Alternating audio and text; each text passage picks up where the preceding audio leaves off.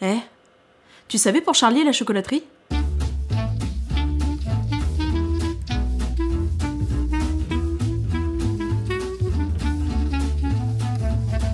Bon, là-dessus, je pense que je t'apprends rien, mais à la base, Charlie et la chocolaterie, c'est un roman de Roald Dahl qui a été adapté une première fois au cinéma en 1971 par Mel Stuart.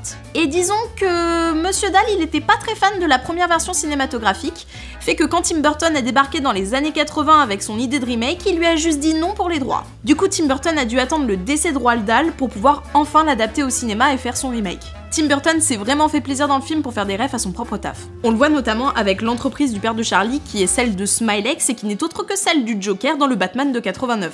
On peut aussi repérer les ciseaux de Willy Wonka qui sont évidemment une ref à Édouard aux mains d'argent incarné par Johnny Depp. La ville que tu vois est à échelle miniature et a mis 6 mois à être réalisée. Contrairement à la maison de Charlie, qui apparemment était aux dimensions du film, elle était petite, exiguë et surtout bancale.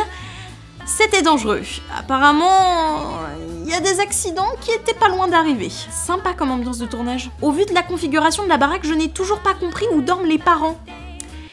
Étant donné que les grands-parents dorment déjà assis à 4, si tu sais, dis-le moi en commentaire. Tim Burton voulait créer une expérience immersive pour les acteurs. Et ok, tu vois qu'il y a des effets spéciaux et des animatronics, mais il y a quand même des choses qui semblent bien réelles, non? Eh ben parce que c'est le cas. L'herbe est en sucre. Les arbres à bonbons sont comestibles et ça a valu une petite crise de foi à certains acteurs. Le premier décor de Willy Wonka n'est pas un fond vert mais a été créé en polystyrène. Oui, encore du polystyrène, que voulez-vous, il est partout. Ce qui veut dire que oui, la cascade en chocolat existe, et le fleuve en chocolat aussi. Et c'est effectivement du chocolat qui en jaillit. En fait, c'est une mixture entre des agents épaississants, du chocolat et des colorants qui ont été versés dans toute la salle. En tout, l'équipe a passé 5 jours à verser 187 000 litres de cette mixture. D'ailleurs, l'acteur qui joue Augustus et qui tombe dedans n'a jamais été obèse. Il portait un costume imperméable qui lui permettait de ne pas couler dans le chocolat, parce que sinon, ça aurait été un peu galère de le repêcher à la Oompa Loompa. Et tu te souviens, c'est les Oompa Loompa qui viennent le sauver en chantant. Eh ben, figure-toi que les paroles qu'il chante, ce sont celles écrites par Roald Dahl dans l'œuvre originale. Enfin, c'est un bien grand mot. Je pense que le film aurait dû s'appeler Charlie et la chocolaterie où Deep Roy fait absolument tout. Parce qu'il est le seul Oompa Loompa de tout le film. Alors vous allez me dire, c'est assez évident étant donné que c'est la même personne. Mais à l'époque, quand j'étais une jeune enfant, je ne me rendais pas compte que c'était juste un homme dupliqué à l'infini. Deep Roy a eu une remise à niveau sportive pendant 3 mois avant le début du tournage. Déjà parce qu'il savait pas danser et deuxièmement parce qu'il fallait qu'il donne une énergie monstrueuse sur tous les autres métiers qu'exercent les Oompa Loompa. En gros, il devait refaire la chorégraphie parfois jusqu'à 70 fois sur plusieurs marques différentes tout en étant synchro avec la musique. Et franchement, je t'invite à regarder des extraits de danse d'Oompa Loompa en ayant conscience de ça, ça te rend vachement plus admiratif. Il paraît, je dis bien il paraît, qu'il aurait touché 1 million de dollars pour ce rôle. En même temps, vu qu'il en incarne 10, ça paraît plutôt normal. Pour lui éviter de faire un burn-out, parce qu'il faut peut-être pas pousser non plus, ils ont créé des animatronics qu'ils ont positionnés dans le bateau. D'ailleurs, pour réaliser les mouvements du bateau dans le tunnel blanc, ils ont utilisé quelque chose qui leur permettait de le faire en temps réel et en grandeur nature grâce à un petit bateau miniature équipé d'un potentiomètre. Ouais, c'est un mot un peu compliqué pour décrire un joystick qui émet des impulsions électriques et qui va faire bouger le bateau pour de vrai avec les acteurs dedans. J'ai joué Charlie dans Charlie et la chocolaterie sur scène quand j'avais 12 ans. C'est ma vidéo, je mets les infos que je veux dedans. À la base, Tim Burton voulait 200 écureuils sur le tournage.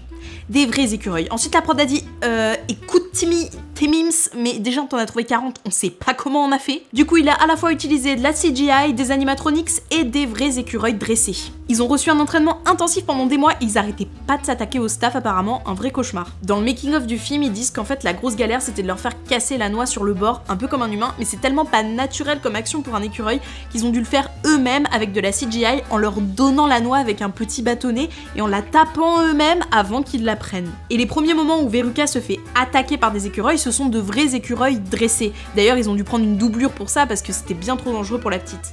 Et au fait, en anglais, Veruca Salt, c'est l'anagramme de vaste ulcère. Vu comment elle est chiante, ça lui va plutôt bien. Et enfin, il y a 2 histoires dans l'histoire. Je m'explique. La première, c'est celle des Candy Spy. Dans le livre et dans le film, Willy Wonka parle de la fermeture de l'usine à cause d'espions qui seraient venus voler ses recettes. Et ça fait référence à un cas réel d'espionnage industriel anglais qui a eu lieu dans les années 20 entre Cadbury et Rowntree, les deux plus grands géants du chocolat anglais. Et la deuxième histoire, c'est celle de Willy Wonka. L'histoire de Willy Wonka n'existe pas dans le livre, et fait écho uniquement au passé de Tim Burton. Tim Burton a toujours eu une relation un peu particulière avec sa mère, et avant qu'il décède, il est parti lui rendre visite. Force est de constater qu'en entrant dans la maison, il y avait des revues de tous ses films accrochés au mur. Un peu comme dans la maison des Wonka. Pour passer très rapidement sur le perso de Willy Wonka qui est incarné par Johnny Depp, sachez qu'il faisait valider toutes ses intonations de voix par sa fille de 5 ans, Lily Rose Depp. Et voilà, c'est tout ce que j'avais à t'apprendre sur Charlie et la chocolaterie. J'espère que ce nouveau format te plaît. Oui, encore un, décidément ça pleut en ce moment. J'ai toujours adoré raconter les histoires derrière les histoires, pour moi ça me fascine et ça me surprend tout le temps.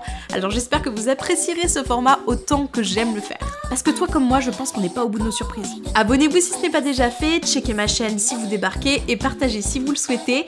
Et en tout cas, je voulais vous remercier pour les 4000 abonnés. Je sais, ça fait encore beaucoup de rimes en et franchement je commence à avoir un vrai don. Je vous remercie énormément du soutien que vous m'apportez, ça me porte et ça me fait très plaisir. Mention spéciale à Mélanie qui m'a encore une fois partagé. Meuf, merci beaucoup, je t'aime. Mélanie, aka la manie du cinéma, pour moi c'est obvious. Quant à moi, je vous dis à bientôt pour de nouvelles questions autour de la prod et de la fiction.